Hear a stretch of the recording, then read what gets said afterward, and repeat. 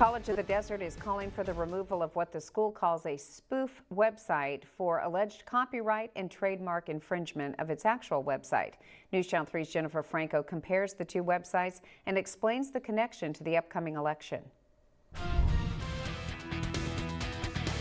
Attorneys representing College of the Desert have served a cease and desist letter asking for this website to be taken down.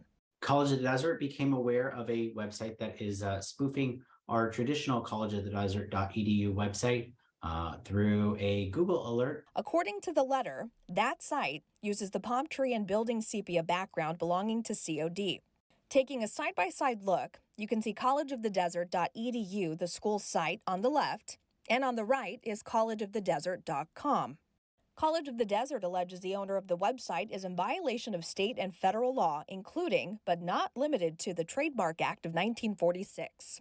It also alleges the owner's actions violate the California false advertising law, saying in the letter, quote, "You are misleading the public into thinking that you are connected with or represent the school, a governmental entity."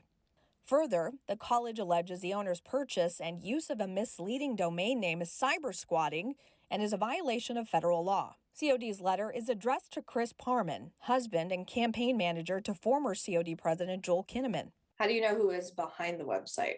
College of the Desert's attorneys did some research and they were able to determine who was the owner of this website and when it was acquired. And that is all in the cease and desist letter that was sent to the individual. News Channel 3 has not independently verified that Chris Parman operates the site, which features video and content that are critical of some Board of Trustee members. So you're not a Republican? But when we reached out to Parman about this accusation, he told us, quote, "I believe the College of the Desert is infringing on my First Amendment constitutional rights to discuss and even criticize local government.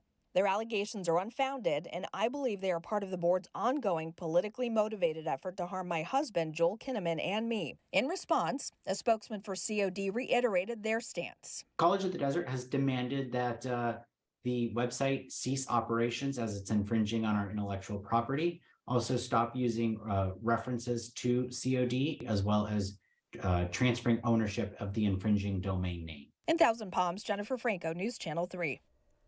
COD has given the owner of the website until October 28th to comply with the cease and desist letter.